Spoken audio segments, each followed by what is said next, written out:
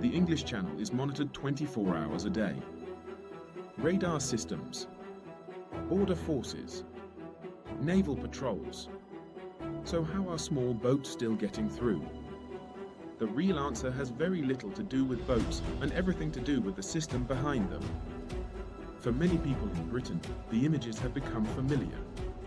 Small inflatable boats, crowded conditions, men, women, sometimes children, attempting one of the most dangerous sea crossings in Europe.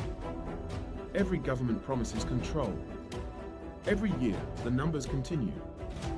This raises a simple but uncomfortable question: why can't Britain stop the boats crossing the English Channel?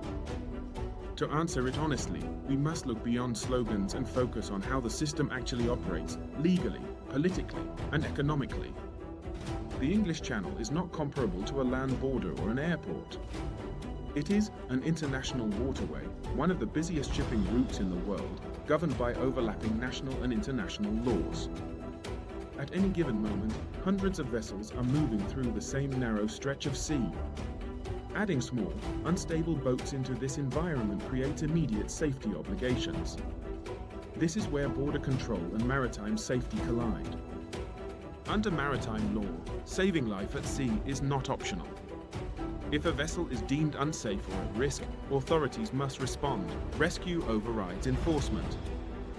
Most small boats crossing the channel fall into this category. Once a rescue takes place, the situation fundamentally changes. What begins as a border issue becomes a humanitarian and legal process. Once individuals are brought to the UK, they can claim asylum. At that point, immediate removal is legally restricted. Each case must be assessed individually. Appeals are permitted. This is not a loophole, it is the law. However, it creates a reality where arrival equals access to the system, and access to the system often means a long stay. One of the biggest weaknesses in the current system is time. Asylum processing in the UK is slow. Delays mean longer accommodation stays, higher public costs, fewer removals. When outcomes are unclear or distant, deterrence weakens. People are more likely to take risks when consequences are uncertain. Many assume migrants know little about the UK system.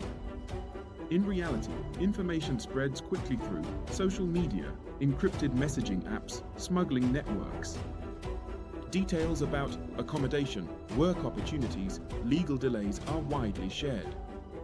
This creates expectations, accurate or not, that shape decisions long before anyone reaches the channel. Most channel crossings begin in northern France.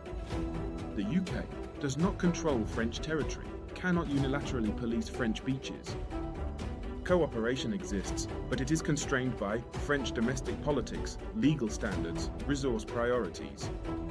Preventing every departure would require a level of enforcement that has proven politically and practically difficult.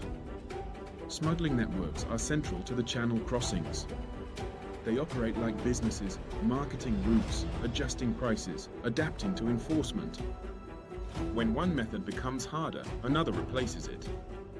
Breaking this model requires more than intercepting boats, it requires removing demand. Increased patrols often lead to more rescues, more arrivals. This is the paradox.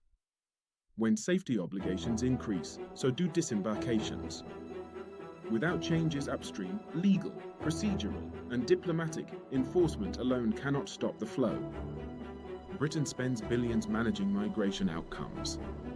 Costs include temporary accommodation, legal processing, healthcare, security. This has led to the growth of a large support infrastructure.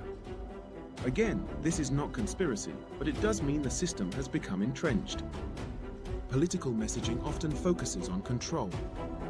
But real control requires faster decisions, clear consequences, agreements that work in practice.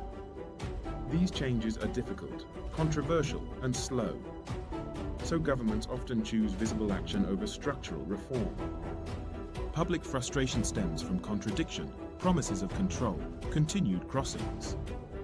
When outcomes don't match rhetoric, trust erodes.